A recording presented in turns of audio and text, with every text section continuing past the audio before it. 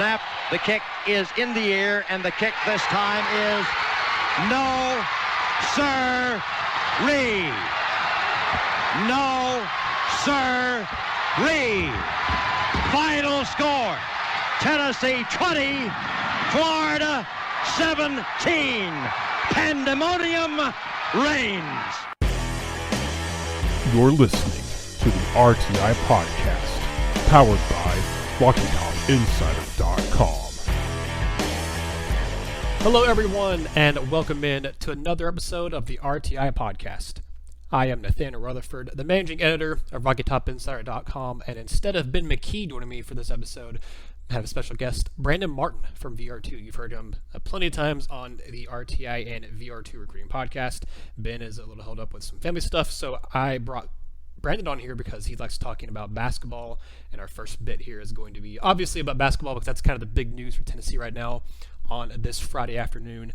At noon, actually a little bit before noon today, Tennessee picked up a grad transfer in EJ Anosike. If that last name sounds familiar to you, it's because, yes, he is the younger brother of former Lady Vol great Nikki Anosike, who played for Lady Vols for 4 years and helped them win 2 national titles and was an elite defender. She actually went on into the WNBA and was named to the all-defensive team and was an all-star and was an all-rookie player as well for a few years up there. She did a good job, and then she also played and got 2 gold medals for the USA team. But Brandon, before we kind of get into some of the details here about Anosike, what we think he brings to the team, because I think he's as I put in my piece on his impact report on RockyTopInsider.com, I called him kind of an answered prayer for Tennessee for what ailed them this year. You all have a little bit of not even a little bit, you all have some big, exciting announcements to make on the VR2 side. I assume most people listening probably have seen this at this point, because I assume most of the people who listen to the RTI podcast also listen to our recruiting podcast and also, follow you guys and stuff. But just in case those who haven't heard, give them the good news and tell them all about what VR2 is now doing.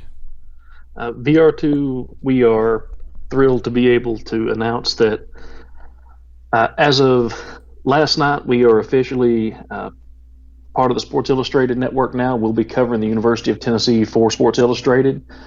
All of our social media accounts are going to remain the same. It's still going to be _VR2_, but our content is now going to be directing you to sinow.com, Sports Illustrated.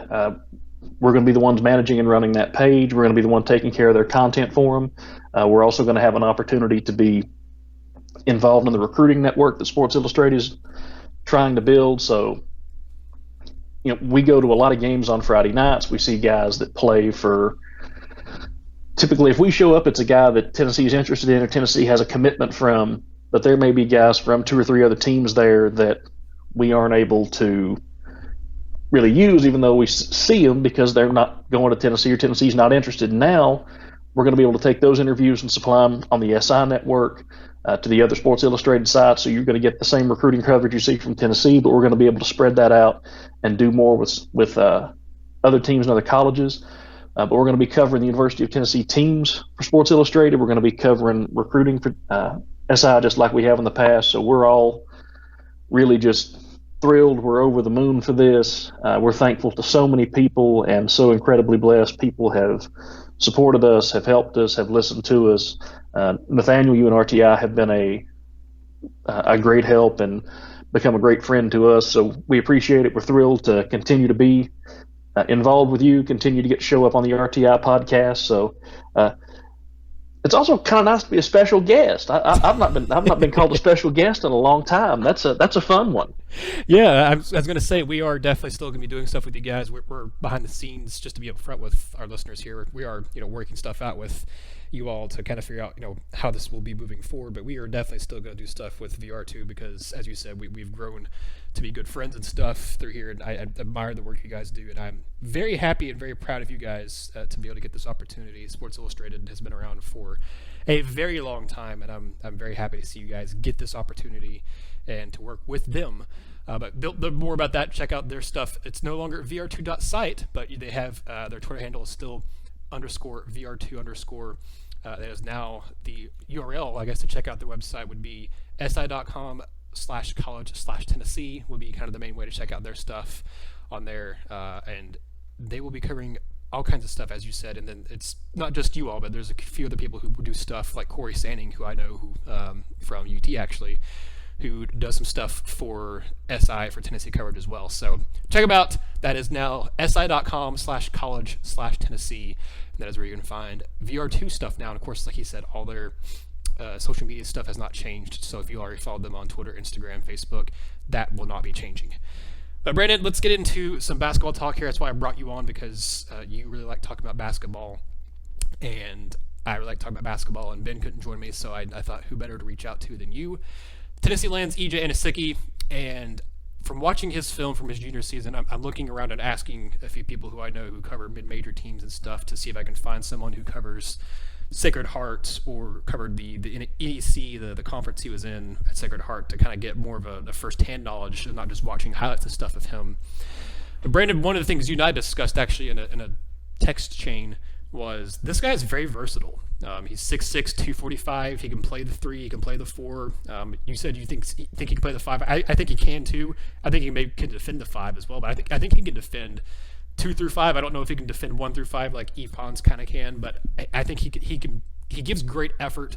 I think a phrase you and I both used is that he likes to do the dirty work on the basketball court. He's going to scrap for every rebound. He's going to fight for every loose ball, and he's going to make his way to the basket any way possible. Watching his film, he reminded me of the way he's built and the way he carried himself and the way he plays. He reminded me a lot of kind of a hybrid Grant Williams, Admiral Schofield. And I don't know that he'll have, obviously, the kind of impact those two guys did. You know, I don't know that he'll be, obviously, I don't think he'll be a SEC Player of the Year, and I don't know that he'll be a first-team All-SEC player like Schofield was. But you watched this team this past season, and that was really what they missed. They were missing the type of scrapper, the type of big body guy that Schofield and Grant Williams had. Pons kind of was that to an extent, but he wasn't the same type of guy attacking the basket and stuff that you would have Grant do, especially. And Admiral, you know, he's pretty good at shooting threes, but he also would attack the basket and stuff. Watching the film of what Anosike does, he attacks that rim like it did something to him, like it insulted, you know, his sister or insulted his family, because he goes after it. He draws tons of fouls. He shot, I think, 184 free throws this past season, which was 31 or 33 more than what John Fulkerson did. And, you know, Fulkerson started to get to the line quite a bit there down the stretch. He shot 30 more free throws than what Fulke did this year for Tennessee. So I think that's why I called him an answered prayer. This team this past season struggled mightily with rebounding, and especially offensive rebounding, but just rebounding in general. And if nothing else, even if Anosike, for whatever reason, if his shot goes cold, he can't give you on offense what he'd done at Sacred Heart the last 2 years. If nothing else, he's going to rip down 7, 8, 9 rebounds a game for Tennessee, and that's going to be huge for them. Well, as a junior, he averaged just shy of 9 rebounds a game, while averaging, I think, 12.5, 13 points. As a sophomore, he did that. As a junior, he averaged 11.6 rebounds a game and 15.7 points per game. So you're talking about a guy who is averaging a double-double over his season and came very close to doing it the year before.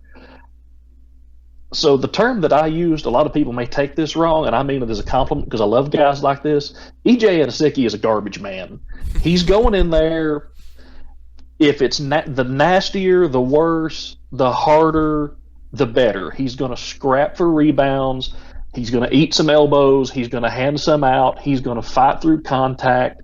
He's going to shove and twist and move and box you out. He's great at getting his hip on the man behind him and just backing him out of the paint.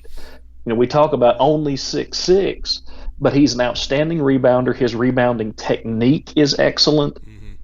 And it's attitude. He wants to go in there, do that dirty work, scrap for it, pull those rebounds down. He's committed to doing it. Then you get the other part of it, of being a garbage man, is he gets those garbage buckets. He goes in and fights for that offensive rebound and gets the putback. Or somebody misses a shot and he comes in from where you don't know, and he has a penchant for coming in from the wing and throwing this thing down. And he can play like a stretch 4. He can probably play really the 3. But I think Tennessee, with what you talked about, he's an answered prayer. They missed the physicality in the post. John Fulkerson and Pons, you can't say enough good things about how they developed coming into their junior seasons and how they developed throughout their junior seasons. These two guys did everything you could possibly ask of them, but they're just not those big, thick, physical guys like Grant and Admiral were. That's not who they are. That's not their build. They can play like it to a point, but then you look at a guy like Anosike and go, this guy could be on the basketball team or he could be a defensive end on the football team. I mean, he's got that build and that physicality, and I'm like you. They need that toughness. They need that rebounding. I think Tennessee's going to leave him at the 4 or the 5 a lot, especially on the offensive end. I think they're going to leave him at the 4 or the 5. Defensively, it's going to be really interesting to see how Tennessee does things, because you've got so many guys on this team that are going to be able to switch next year and defend almost anyone. Yep. I think you want to leave Anosike in the post because he is such an outstanding rebounder. I think you probably leave Yves Pons in the post because even though he's 6'6", Yves Pons basically became the defensive center for Tennessee because he was the rim defender and so incredible at blocking shots. You talk about those two down low most of the time, even though Yves can obviously go guard anyone. But Fulkerson can go guard just about anyone. You have Keon Johnson coming in, who is an absolute eraser defender. Yes. I mean, this is a team that it could be really tough to score points on next year. And you now have depth in the front court, too, that Tennessee has badly needed. Yeah, it's the defensive point there. I mean, this team this year was good on defense. They'd have times where they didn't have great defensive performances, but that was how Tennessee, for the most part, was able to win games this year, was by just kind of slogging down the game and keeping it at a slower tempo and just really affecting the team on defense. This upcoming season, as you mentioned, not only do they get Anosike, who I think is going to be an interesting guy, who he doesn't actually. I was surprised his stats didn't show this more. He doesn't have a ton of blocks, doesn't have maybe as many steals and stuff as I thought, but he had the highest win share, defensive win shares on the team last year at 1.8, and that's actually better than what any of Tennessee's players had in defensive win shares, because Fulkerson and Pons both had 1.6. So it may not show up on the stat sheet necessarily, but in the advanced stats, and I think in ways that you don't see on the stat sheet, I think he really affects the game defensively. But you mentioned there, I mean, Josiah Jordan-James was a good defender this year, especially when he was healthy. Pons is a good defender. You're bringing in Keon Johnson, who, when I talked to Mark Griffin, who is a former Vol and who coached him over in EAB Tennessee in the summer circuit stuff, said he thinks that Keon's going to be the best perimeter defender Tennessee has on the roster day one as soon as he sets foot on campus. Keon he's a good offensive player, but he is a truly elite defensive player, and Jaden Springer is no slouch on the defensive end either. This team next year is going to have a lot of really good defenders. You throw in the guys you have on the bench like Devontae Gaines, who plays with that bulldog attitude on defense as well. Drew Pember has a really good energy, and he plays really well on defense when he's in there. This team's going to be very, very, very tough to score on, like you said. You mentioned something there, Brandon, kind of where you place them, the 4 to 3 or whatever. I'm curious, do you think he starts for Tennessee next season? Because you look at what Tennessee returns with Pons and Fulkerson, and they bring back Josiah Jordan-James and Vescovi as kind of the main 4 starters from last season that return from this past team. But you're also bringing in, as we talked about, Jaden Springer and Keon Johnson, who I'd kind of be surprised if one of those guys doesn't start. Corey Walker, I think this is a move you bring in. You're going to have Corey Walker coming off the bench for sure, but he's still going to play some for Tennessee next year. What if a guy like Olivia Campbell takes a really big step forward, with Devontae Gaines takes a big step forward?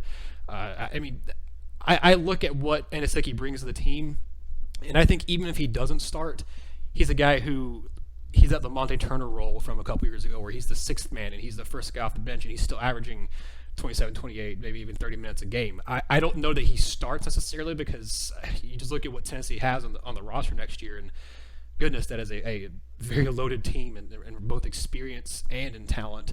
It might be the best blend of both of those that Tennessee's ever had, because while 2 years ago you had all the experience coming back with Grant and Admiral and all of them, pure talent-wise, they were talented for sure, and they were developed talent, and I think they're better than what the rankings may have said. But the pure, just absolute athletic talent you're going to have on this team next year, Tennessee hasn't had something like that in a very long time, and you mix it in with the experience you have of these guys returning, it's going to be something special. But I'm of the belief that I don't know that he necessarily starts for Tennessee, But I don't know that it matters a whole lot because I still think he's going to be a guy, whether it was Turner a couple years ago or what Bowden did last year, where they come off the bench and they're still playing, just as many minutes as the starters. So I don't think it's going to really matter if he starts or not, but I think he's a guy who's still going to be maybe the sixth man, but he's going to play a big role for Tennessee next year, I think. I think Tennessee is, in the past, we've seen Rick Barnes really like to use 3 guards at times, 4 guards or 3 guards and a stretch 4. I think where this Tennessee team, with the personnel that he has, can be really special is actually loading that front court up. And I think you're going to see guys play one position on one end of the floor, and when they come to the other, they're going to switch out. I think offensively, you may see Anosike playing offensively more like a 5, more like a center. I know he's just 6'6", but he's 6'6", 245. He has the technique. He moves guys. And you may be 6'10". That's a big advantage until you're 6'10" and 210 pounds, and this 245-pound grown man comes in, steps inside you, loads you on his hip, and just backs you out. You may be taller than him, but if you get a rebound, you're going to go over the back and get a foul, which doesn't really matter. Anosike is great at getting people off his feet. He's a worker under the basket, and he's good at finding a way to get it in. He's going to draw a lot of fouls, and he's going to get a lot of those nasty buckets underneath. I love the idea of him playing really more like a center, but almost like a dual power forward opposite John Fulkerson. These are 2 guys that are both very skilled. They both have a good post-up game. They're both good under the basket. They both have got a decent mid-range shot. And Anosike can go out and he can hit a 3. Now, he can play that stretch 4 or even the 3 and shoot from the wing. But if you let those guys do that and let Yves Pons on offense go and be more of the wing player he's been most of his career, so taking an alley-oop or taking a pass and cutting to the basket, looking for the three-pointer on the edge that he's really seemed to develop. And he's also found a mid-range game that's there. I think that may be your alignment on offense. When you come down to the other side of the floor, I think you may see John Fulkerson defending some more threes. I think you may see him a little bit more away from the basket, not because Yves Pons can't do it, but because Yves Pons is the rim defender. He is the guy that just by his presence alters shots at the rim for fear of him knocking something into the third row and putting you on a highlight on SportsCenter. But Tennessee wants Anosike on the block. He brings what we were talking about. Nobody else on this team has really got. And that's that big, physical, nasty, tough presence. I think because of that, you want to keep him on the block on both ends of the floor, if nothing else for rebounding on both sides. I think he's going to start. Barnes likes experience. He's always kind of tended to like experience. He likes defense. Anosike is a good defensive player. The Vols are going to have a bit of a log jam in the backcourt. But I really have a hard time seeing Anosike not being on the floor because he is the only guy that brings that mentality to this team. He's the only guy that does that garbage man work and has that build and is capable of doing what he's doing. I think Uros Plavic can grow into it. I think he can grow into that big physical presence. Now, it's more typical for him because he's a 7-foot center and the big guy, and you expect that of him. And that's a guy that I look to have a big step forward from last season to this coming season. I think he's going to have a big step forward and be a big difference maker on this team that a lot of people are overlooking, because he, like Anosike, brings something that Tennessee doesn't have anywhere else, and that's just his size, his presence. I think he can probably learn a lot from Anosike and Anosike's attitude. That's probably going to be one of the hopes for that. But I think you just almost got to have Anosike on the floor. We've talked all season about Tennessee needs that physical presence. They need that big guy. They need that grounded under the basket, and he's the only guy I can see they have on the roster that brings that right now. This bench is going to be. Phew. Yeah, Tennessee didn't go to the bench much this year. They were very young. Mm-hmm. They had some guys sitting out for transfer reasons. They had some injuries. Good gracious, Rick Barnes has got a toolbox this year, because, I mean, whatever he wants, if they want to come out and just say, we're just not going to let you score. We have a 12-point lead, and you're not going to score anymore. He can put in a lockdown defensive squad. If you want to play size, Tennessee can play size. If you want to run, they have a lineup to run. If Tennessee wants to go small, they can go small. I mean, they have outside shooters. They can pound you in the paint. And that's one more thing I think Anosike is going to help is teams really started collapsing on John Fulkerson late in the season when he went on such a tear.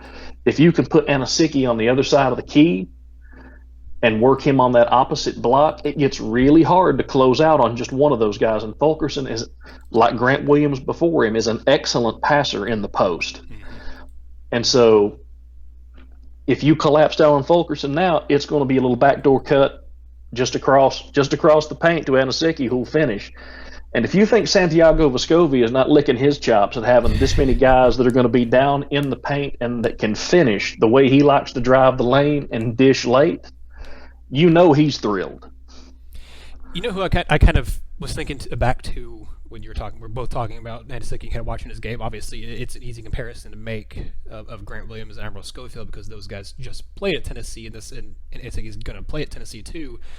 I also thought a little bit back to the kind of late Billy Donovan years at Florida, where he had those big, bulky guys who they're a little bit taller than what Anosike is, but he kind of reminds me a little bit of maybe what a Patrick Young could bring to the team. Patrick Young back in the day for Florida, about 6'9", 6'10", but 240, 245, and just that big, bulky guy who averaged about 11, 10 points and 6 or 7 rebounds a game. He didn't have the kind of range that Anosike has. Like I said, he's a little bit taller and stuff, but he was a guy who was an all-SEC type of player, was just this big guy you could throw the ball down to in the paint, and he would just muscle up. I always remember him taking on, Jarnell Stokes and Jerron Maben and stuff when they played Tennessee. It always seemed like Florida had those bigs down low that would always give Tennessee trouble until Tennessee, finally got some big guys who could bang down low with them. That's just kind of what I immediately thought was, Patrick Young, maybe like Chris Walker type, that I think he's just going to be a guy who's, as we've said here before, he's going to play the dirty minutes, going to do the dirty things that Tennessee needs that they didn't have a whole lot this year. You saw Devontae Gaines do that some, but he didn't play a whole lot this past season for Tennessee, and he he shouldn't have because he was not very good on offense, and he was still too skinny. But he was a very good defensive player when he was on the court, and brought a lot of tenacity there. I'm very curious to see who starts, who comes off the bench, and I don't think it's going to be like the team 2 years ago where it was a very set starting lineup that was only altered by injuries and whatnot.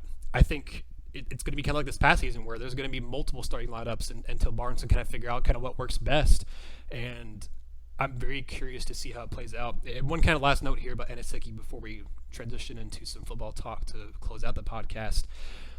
Brandon, I was looking at his stats and kind of the breakdown and stuff because I was curious how much different his stats and stuff were against, I guess, quote unquote, better teams, against teams in bigger conferences, because he does play in, he did play the very small conference in the Northeast Conference with Sacred Hearts over the past 3 years, and that's not, they're not known for having powerhouses. Fairleigh Dickinson is a pretty good program, but they're not known for being a big powerhouse. They do make the NCAA tournament and stuff. But I looked at his stats against teams that are in bigger conferences, and he played a combined 10 games against teams that were in the Big East, the ACC, the AAC, and the Big Ten.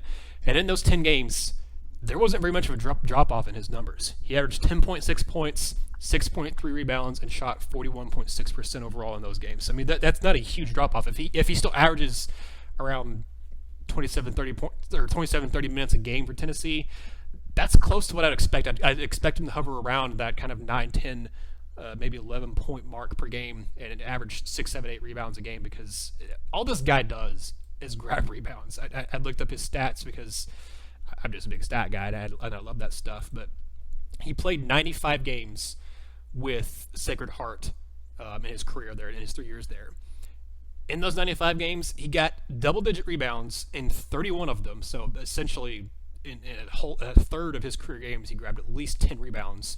And in over half of them, in 57 of the 95 games he played, he grabbed at least 7 rebounds. I mean, this guy is, you put him on the floor, you're almost guaranteed 6 or 7 rebounds a night, every single night. I mean, it doesn't matter unless he, gets in trouble with fouls, which he doesn't do that very often. He only fouled out of 1 game this past season, and only had 2 others where he picked up 4 fouls in a game. He only averaged 2.2 fouls a game. So he's doing all this physical stuff, and he's doing all this stuff where he's playing, like we both said, like, you know, the garbage man, and he's not picking up a lot of fouls. He's getting a lot of guys to foul him, but he's not really fouling out and you know, playing reckless himself. It's pretty impressive.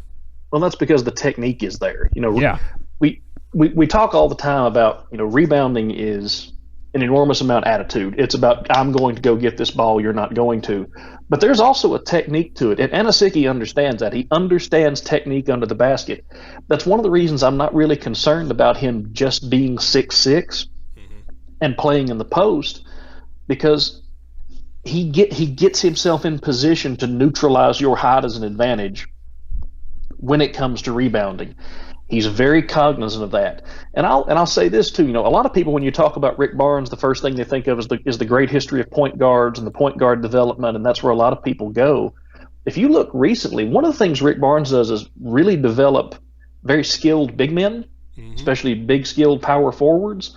But when you look at the 2 latest prospects in that, in Grant Williams and John Fulkerson, these are not just 2 guys that are very skilled. These are 2 guys that are very skilled who get to the line a lot because they play with good technique, they create contact, they're able to get through it, and they finish. Now, Grant and John did it different. They do it different ways, but they were both able to do that. And I think Anosike is going to benefit from some of that Rick Barnes is going to bring him, that ability to, hey, here's an extra way to draw this contact. Hey, here's another way to get this foul. Hey, you're strong enough to play through this guy. Go for it. You know, take him to the rack. You're going to win that matchup. I think that technique is going to help him. And look, you're talking about a guy in EJ Anosike that if he comes in and gives this, how many games would Tennessee have won last year if they would have had an extra 10 or 11 rebounds? Because I can think of 4 or 5 just off the top of my head that the difference in that game is Tennessee just got killed on the boards. If he comes in and gives you 10 rebounds and 8 points a night, that's fantastic. This is a guy that genuinely, I think, can average a double-double in the SEC. I really, truly mean that, because his rebounding is not based on out-athleting the other guys he's around. It's because he has the want to, the technique, and the body. He has the full combination, and I think that's going to translate to the SEC very well. And remember, in the Northeast Conference, he's going to be playing against a lot of guys that are older. You see more juniors and seniors there. You see more guys that finish their college career. In the SEC, he's going to see a whole lot of these, I think Dick Vitale's term is the diaper dandies. He's going to see a lot of these 18-year-old kids, and all of a sudden they're going to be on the low block with a grown man who's used to going against grown men. And that's going to be a big difference maker. This is a guy that could average a double-double in SEC play for Tennessee next season, and that's the difference in ball games. Now, I said all that, and I've got one last thing before we go on, because, Nathaniel, next season, I can't see any way around what I'm about to say. Tennessee's going to have a consensus 5-star player, at least one, maybe 2, on the bench to start games. Yeah. Has that ever happened in the history of this program? And I'm being sincere here. Has the talent level ever been that you have got guys who showed up and lived up to expectations, lived up to maybe that 5-star billing, and were on the bench because they had to wait their turn? I can't remember a time. I mean, not in the modern day recruiting where you have the 5-star ranking and stuff. I don't think that's definitely happened. Where, like you said, the guys are living up to their expectation. It wasn't like you look at Robert Hubbs, who was hurt and everything, that he came off the bench for a while and wasn't, but he didn't live up to expectations. And you look at the other 5-star Tennessee's grabbed in the past who get dismissed from the team and different stuff too. The only thing I can think of would be maybe back, and I'd have to go ask someone who was alive back then and watched Tennessee basketball back then, but probably the 70s or something like that, when you had, if you look at the Ernie Burney show and things like that, you had guys like that. It wasn't just those two. You had depth on a lot of those teams back in the 70s and 80s and stuff that, you did have really quality players on the bench. But even still then, I don't know that you're going to have, you're right, you're going to have at least one 5-star coming off the bench, because you're going to have, if it's not Josiah Jordan James, it's going to be Jaden Springer. If it's not him, it's going to be Keon Johnson, or heck, it could be it could be two of those guys that are coming off the bench. I don't know that you could have two of them starting, you could have two of them come off the bench. That is a very good point. That that's the type of talent I'm talking about. This team had talent and stuff and experience both a couple years ago when they made that Sweet 16 run. This upcoming team is going to have more pure talent, more pure athleticism, and they're going to have a lot of experience because they're losing Jordan Bowden, yes, and they're losing Lamonte Turner, but they were already playing over half the season without Lamonte Turner. Jalen Johnson, he was a sixth man for Tennessee, but he's not a huge loss necessarily. You're really losing one big contributor and then your kind of main bench guy, and you're replacing those two, and technically three with Turner, with a guy who could be another sixth man or a starter, and then 2 5-stars, and then a really good 4-star who has, I think, a high ceiling eventually at Tennessee. That is improving. That is upgrading your roster. That is exactly what White Rick Barnes is getting paid the $5 million. People like to throw that around this year when Tennessee was what they thought underperforming and stuff. This is why Rick Barnes is paid $5 million, is to do what he's been doing for this class and moving forward in the 2021 and 22 classes, where it looks like Tennessee's got a very strong foundation for those classes as well. Brandon, that's kind of a topic for another podcast, but we did mention recruiting, and it would feel weird to not talk about recruiting with you having VR2 on the podcast. So we're going to end the podcast here talking a little bit about some football recruiting stuff, because yes, it's not really a dead period, but with all the coronavirus, the COVID-19 stuff going on right now, players can't visit, coaches can't visit, they can have contact, and Tennessee's been sending out offers and stuff. So it's kind of like a slow period. It's not a dead period, but it hasn't been. It's kind of slowed things down, but there's still a lot going on. We've seen. I'm just looking at the articles I've written this past week on RockyTopInsider.com, and over the past week, Tennessee's been in the top 10 for like 6 or 7 different players. You look at the number 1 junior college cornerback, and Dejon Warren had Tennessee in his top list. You had 2 4-stars, and Sage Ryan and Landon Watson have Tennessee in their top lists. 4-star tight end Terrence Ferguson had Tennessee in his top list. In-state wide receiver Walker Merrill had Tennessee in his top list. 4-star Alabama defender Ian Jackson, who I really like, he had Tennessee in his top teams. So Tennessee's making these lists of all these top teams. Brandon, do we think any of these guys are close to pulling the trigger? You and I were talking before we record. We think there's kind of one that could pull the trigger soon. Who is that, and kind of how soon do you think that could be? The next guy to that group that I think is going to pull the trigger is going to be Walker Merrill. Walker had been on Twitter, I think on Thursday night. I think it was Thursday night, made his final cut and said he has a decision. It was Wednesday. Sorry, I was looking Wednesday at Wednesday. Mm-hmm. Said he has a decision coming soon, had made his final cut. There's some rumblings that he's going to make his announcement soon. He's going to make his decision soon. Walker, from what I have heard, from what kind of the buzz is, I would be surprised if we don't hear something out of him before the end of the weekend.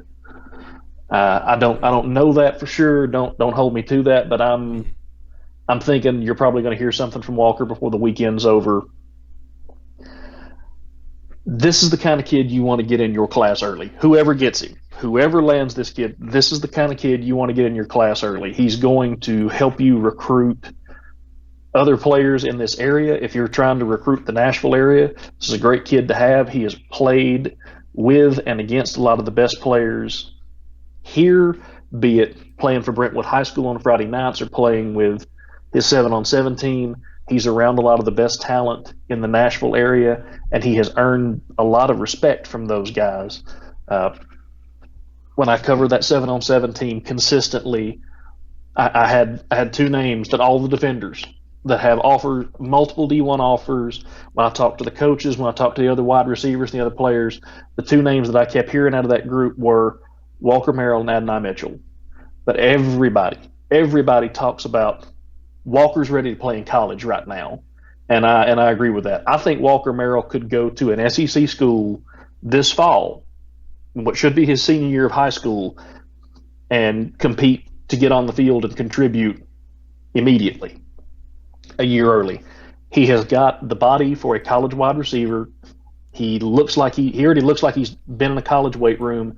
He is a fantastic athlete. He is a hard worker. He is very intelligent. His routes are excellent. He can high point the ball. He has good size. He has good speed. He has great hands. His numbers are not going to blow you away. Brentwood High runs the ball a lot. They're not a big air it out team. When you look at his numbers in the context of the amount of times he gets thrown to, those numbers really get impressive because he doesn't get a lot of looks. Watching him in 7-on-7, I'm watching him go against guys that are going to be playing in the SEC next year, are going to be in the SEC in this 2021 class. I'm watching him work against the kind of corners he would work against if he came to Tennessee, and he's consistently beating guys, and he's beating guys every way you can ask him to do it. He's beating them with routes. He's beating them with pure speed. He's beating them by setting them up with showing them one route in the first half of the game and then running the double move off it in the second half of the game and turn it into a touchdown. He can go up and out jump you. And then the thing that gets really overlooked in his game, and that if you watch his highlights, you really need to take notice of, this is an incredibly physical wide receiver. I know that he just left Tennessee, but he got a little Jawan Jennings to him. I mean, this is a physical guy. He likes contact. He plays through it. He breaks a lot of tackles. He is difficult to get on the ground. He has the mindset to be ready at the next level. I think it's probably, he released a top 7. I think the top 2 for a long time have been Tennessee and Ole Miss. I think Wake Forest has come on late. Duke has always sort of been there and been in the picture. He again is a very bright kid. Academics are important to him. I know Wake has made a push late, but I still think it's between Tennessee and Ole Miss for him. I think it has been for a while as his real top 2. If either of those programs pull him, that's going to be a big deal because he's very close with a lot of other guys that both of those schools want in the Nashville area. I think Walker is the kind of kid that if you bring in, he's going to be that peer recruiter for you, much like Keyshawn Lawrence was in the last class. I think he's kind of like that. I think this is a really important kid. I think this is a badly underrated kid. I think he is a lot better than people realize. He has been rated a 4-star. He's been rated a 3-star. His rating has kind of bounced around a little bit, and that's fine. You can tell me that you think he needs to be rated whatever he needs to be. I've seen him beat enough elite corners to know that this is a guy that is going to be important at the next level, and he's a guy that I think can play any wide receiver position. His routes are good enough to play in the slot, and he's got the size to play on the edges, so you can put him wherever you want to. I think Tennessee is probably the front runner. I think Ole Miss is close. I have not talked to Walker lately, so I don't know where his head's at. If you were asking me to put in a prediction to where I think he's going to go, and I will be doing that on VR2 shortly, I'm going to put mine in for him. I think it'll be Tennessee, but this is an important one. I don't think people are realizing how good he is, and I don't think people realize how important he is if they can pull him. This is the kind of kid you want early in a class. If you could have a guy like he and an Elijah Howard at Baylor and Chattanooga, both in this class, that's 2 guys that have a lot of respect from the guys they play against and are really good and really well connected and can help you with these in-state guys. Yeah, and to clarify, because we know people love to take things out of context. When you're talking about him and Jawan, I know you're obviously not saying he's going to be the next Jawan Jennings. You're just saying he has that kind of dog mentality in him. And I agree from watching his highlight stuff, and you've seen more of him in person at the the 7-on-7 and stuff, which that doesn't get to show as much on the 7-on-7. And you and I have actually talked about this off the record a couple different times. But just from watching his film from his high school, and Brentwood doesn't, they run the ball more. They don't have the greatest quarterback play in the world. But he already has the technique side down pretty well, especially for watching as a junior in high school. He does a good job running his routes. That's progressed and gotten even better. But he is just very hard to tackle. That was something I mentioned in the piece where he talked about him putting Tennessee in his top 7 that he said he is going to be announcing soon. I didn't count it, but he broke a ton of tackles in just his junior year of film highlight that I saw, and he's very, very hard to bring down one-on-one. And he's pretty quick. I think he's faster than what Juwan was, because obviously Jennings had the knee injury and stuff, and that had really slowed him down later half of his career at Tennessee. He was never a burner, but he was a little faster, in the early part of his career. You think back to in 2016 when he had the two big catches, obviously, against Florida and Georgia. He's a little quicker than he was in the latter half of his career, but he never was a burner. I don't think Merrill's ever going to be a burner, but he's quick enough to get by a guy, quick enough to do things to separate himself from defenders. And as you've said, as we both have said here, I just like his toughness. I like his attitude. I like the way he fights. I like what he does. And as you said too, I think he could be kind of like the Keyshawn Lawrence in this class, where you bring him in, and him and Elijah Howard, I think both could be the in-state kind of recruiters for Tennessee. Because I love EJ Howard's attitude. Not only is he a really good player, but just interacting with him and seeing stuff he does on Twitter and just kind of how he conducts himself from what I've seen, I really like what EJ Howard brings to this team, on the field and off the field both. And I think both those guys could serve as really good recruiters for Tennessee. One of the other guys I wanted to bring up here, Brandon, before we go, Tennessee obviously, as I mentioned, has been a top 10, top 7, top 12 of a lot of these guys they've been targeting here for a little bit. One of them I want to bring up was Ian Jackson, because he's down in Alabama. He's visited Tennessee a couple different times. He seems to have a really good relationship with Tennessee, just from different things I've seen in interviews and stuff, and what he posted on Twitter with his most recent visit to Tennessee back in January when they offered him, when he was hanging out with Pruitt and stuff. He seems to really like Tennessee, really have a good relationship. That's one area, and this will be how we close the podcast here. That's one area that Tennessee, when Urian Pruitt was hired, fans were, I think, hoping and expecting that Tennessee could maybe pull some kids out of Alabama because of the ties that Pruitt had and who his staff and stuff did with those kids down there. I think this is the class where you start seeing Tennessee get more out of Alabama. I don't think, obviously, if Alabama wants a kid, if Auburn and Alabama really want a kid from Alabama, they're probably still going to get them. But Tennessee already has a really highly rated player from Alabama committed to them in Jordan Mosley. He's, I think, like number 5 in the state. He's a pretty good, highly ranked 4-star player. Ian Jackson is the number 1 linebacker of the state. I mean, you can kind of, I guess, debate that, because there's, as a weak side defensive end who's 6'3", 220, is he really going to be a defensive end, or is he going to be a linebacker at the next level? But as it's ranked on 247 Sports, Ian Jackson's the number 1 linebacker in the state of Alabama, and he seems pretty high on Tennessee, and Tennessee's going after a couple other guys in the state as well. Dylan Brooks obviously comes to mind. I think Jeremiah Williams is a guy Tennessee has looked at before as well.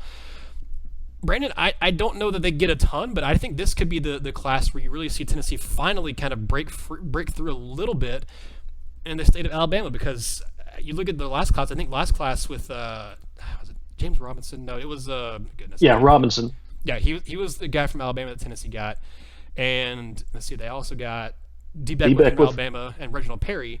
So they kind of broke into it a little bit there, but other than D. Beckwith, those are guys that weren't necessarily rated very high, although I do think Robinson is a good prospect and will play at Tennessee. But other than that class, in the previous 2019 class and obviously 2018, Pruitt and them went after some kids in the Alabama area and just couldn't get them. This 2020 cycle, you saw them get a few. Then I think in this 2021 cycle, I think Alabama is a state. Obviously, Tennessee's targeting a ton of kids in North Carolina. They have plenty of in-state targets in Tennessee, and obviously plenty in Florida and Georgia, like always. But I think this could be the class where you see Tennessee, get a little bit more success in that Alabama state and in the Alabama area, and maybe pull some kids from there that they're not used to being able to pull from Alabama. I think Brooks and Jackson are the two. Yeah. I think Tennessee is in a really good place with Dylan Brooks. Brooks likes Tennessee a lot. Brooks has been on campus a lot. I think he likes what Tennessee is able to offer him. I think Jackson is a very similar situation. I think he likes what Tennessee is able to offer him. Brooks is going to come in and fight for one of those edge rusher jobs right away. Jackson, I don't know where he lands. I almost wonder if he ends up as a safety or star, because he's actually really good in coverage, and just the way his body's built, I almost wonder if he ends up in the secondary. I have wondered about safety for him, and I know it's not quite like the old days where going over the middle doesn't cost you like it used to, but I would not want to have to go over the middle and know that he was waiting on me, because that would hurt. Mm-hmm. I think those are the two guys that Tennessee could really surprise people with. I think that Alabama and Auburn both want. Alabama and Auburn want both of those guys. I think Tennessee's got a good chance to go in there and get them. And let's not kid ourselves here. Tennessee has more than Jeremy Pruitt on this staff that are really good recruiters in the state of Alabama. You're talking about guys like Derek Ansley.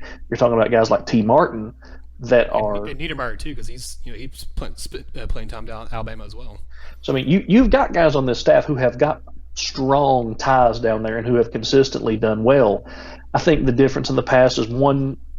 Initially, when Pruitt got here, let's be honest, the football program was in about as bad a shape as it probably could have been when he took over.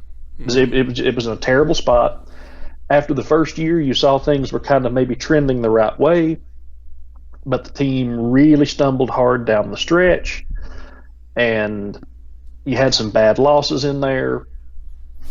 There were still things to get sorted. This past season, you face planted to start the season, but you got the ship righted. You played toe-to-toe with Alabama. You had a lot of success down the stretch. In the last 2 years, you have beaten Auburn, and you've had a game where you went into Tuscaloosa and gave Alabama everything that they wanted. I think now the next step is these recruits down there are going, okay, they're building something at Tennessee. I'm watching them get better. I'm watching this work, and I'm getting my attention there. I'm going to start listening to these guys. The other big thing that's going to happen is you're going to have more success to go with it. Yes. We keep talking about it with these elite recruits. We keep talking about it when you're going up against the other real power players schools for elite recruits. You got to win. You've got to win. You can pull some guys, but you've got to win. And for guys like a Dylan Brooks, for guys like a Jackson here, I don't think you can't come out and just face plant out of the season again. And I really think Tennessee needs to beat one of the big four on their schedule. We've talked about this before. Whether it's Oklahoma, Florida, Georgia, or Alabama, Tennessee needs to beat one of those four teams. And if you want to get attention in Alabama and you want to get kids out of there, upset Alabama in Knoxville, because that will change things, and it's going to happen eventually. It's a matter of time. It's going to happen. This Tennessee-Alabama rivalry is one of the streakiest in all of college football history. That's one of the things that has been noted about it. Both teams have gone on long runs throughout the history of this thing, but Tennessee showed last year they're getting closer. And it's a matter of time. But you come go toe to toe with Alabama, you're able to go in here and say, look, we've played Alabama close twice now, or in the last 3 years we've beaten Alabama and Auburn. That's going to get their attention. So I think the last bit to pulling those guys out of Alabama is going to be having on-field success. Yeah, and that's true for a lot of the the big time prospects on Tennessee's board, not just Dylan Brooks, but Peyton Page, and if they can get Xavier Sorey, the number one outside linebacker, if they, all these guys at Tennessee missed on last year, the highly rated 5 stars and whatnot. If Tennessee can take a step forward and, like you said, beat one of those top 4 teams on their schedule, that's going to show these 5 stars and highly rated 4 stars in this cycle that, hey, yes, Tennessee has taken that step finally and has taken a step forward. But that'll be where we kind of end this podcast. Went a little bit longer than I thought, but that's fine, because I hopefully it was good content for you guys. Broke down what Tennessee's getting with EJ Anosike, how loaded we think next year's team is going to be, and gave you some recruiting insight as well. Brandon, thanks for joining me for the podcast. And you filled in admirably for Ben, and I have to tell him that his job is now in jeopardy. Thank you for having me. I appreciate being a special guest again. I may add that to my Twitter profile, professional special guest, now that I've done that. And once again, check them out. They are VR2 on all social media, and they're now part of the Sports Illustrated family. Very happy for them. Very proud of them. Thank you all for supporting them, for supporting us. We appreciate all of you here at Rocky Top Insider. I know they appreciate you all at VR2 as well. Signing off for Brandon, I am Nathaniel. Thank you all again. This has been another episode of the RTI Podcast.